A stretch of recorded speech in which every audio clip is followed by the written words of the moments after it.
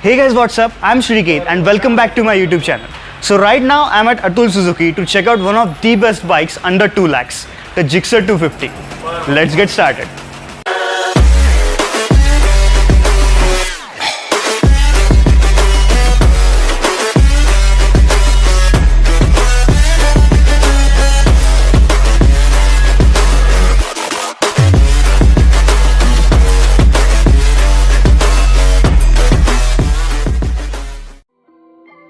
One of the reasons why I call this bike to be one of the best under 2 lakhs is because of what it offers as a package.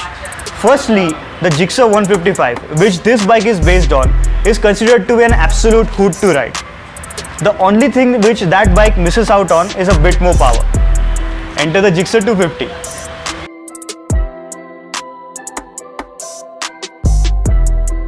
So the GIXXER 250 borrows the engine, suspension, the chassis or even the braking setup from its fully fed sibling, which is the GIXXER SF 250, while the bodywork has been borrowed straight from the GIXXER 155. Sounds a bit confusing, right?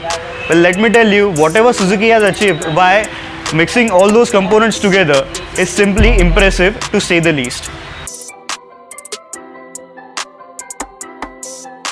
So the GIXXER 250 gets the identical engine from the SF 250.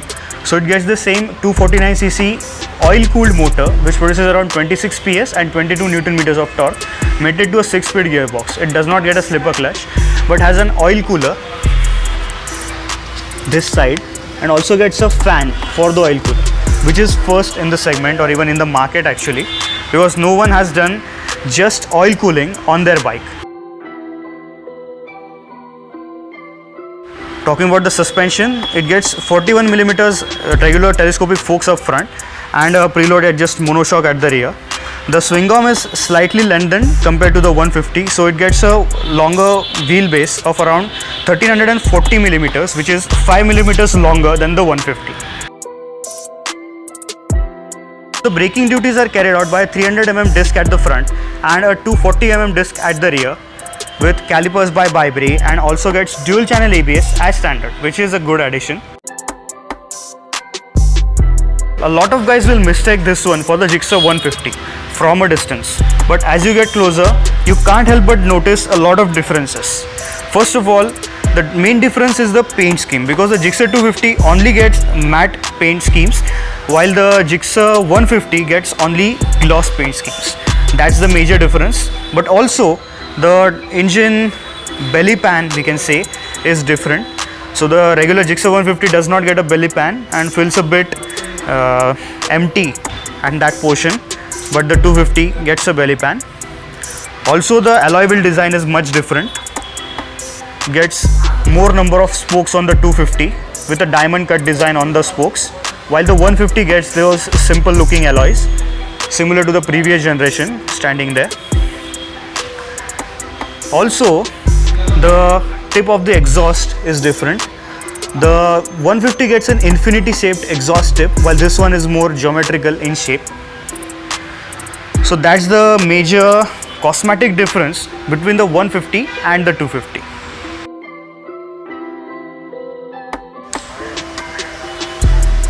The gauge cluster on the bike gets a negative LCD, gets a digital tachometer up top with a use speedometer, gear position indicator, trip meters, a clock, as well as a fuel gauge, and additional trip meters at the bottom. So it gets 2 additional trip meters along with the shift light up top and telltale lights at the side. The fit and finish on the handlebar is decent, but it has been borrowed straight from the 150, and personally I could have expected a bit more from a bike of this capacity. The tank is identical to the 150, so it gets the same knee recesses, which are good to lock your knees when you're cornering on the bike. So yes, the overall fit and finish on the bike is really good.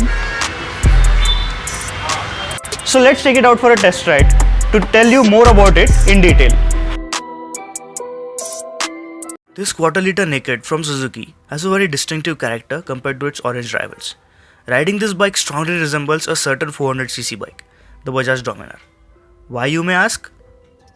Well, the power delivery is very linear, not as manic as the KTM's, but once you twist the throttle, there is an exciting rush of torque, adequate to get you to triple digit speeds in no time, just like the 400cc Bajaj. What about the refinement then? We can look at it this way. When you sit on the bike, you will definitely mistaken it for the 150cc Gixxer, as it looks identical from the rider's point of view. So you might expect a super refined bike. This is an area where you will be left wanting for more. Riding it around the city, a slight buzz is felt, and as the speed increases, a strong buzz is felt on the foot pegs, handlebar and the tank. Refinement is an area where Suzuki needs to pay a bit more attention. The riding position is very similar to its fared sibling, the SF250, as the seat is on the higher side and the foot pegs are slightly rear set. Adding to it is the handlebar positioning, which is low and is away from the rider. In all, you'll feel like sitting on top of the bike, not like a typical street fighter. Borrowing the body from its cheaper sibling wasn't a good idea. Although, borrowing the chassis and as a result the suspension geometry of the 150 was a great one. The Gixxer 150 has always been loved by the riders because of its handling, and the Gixxer 250 doesn't disappoint in that matter. It feels super planted in corners and at high speeds stays rock solid, adding to its touring capabilities. So, about the BS6 compliance. This specific bike isn't BS6 compliant, but is BS6 ready. So we can expect the BS6 version to be more or less the same. Suzuki has displayed the BS6 250 at the Auto-Expo currently being held in Noida, and the only change which they mentioned was a slight reduction in the torque output, which again won't be a significant difference. About the pricing, this Naked 250 and the SF250 feel a tad bit overpriced, to be honest. The Gixxer 250 is priced at 1.6 lakhs ex-showroom, although a slightly lower price tag would make the deal even sweeter. Don't get me wrong though, as the overall package is still very impressive and is a great alternative to the KTM's and Bajaj's offerings. Special thanks to Atul Suzuki for providing me the Gixxer 250 for review.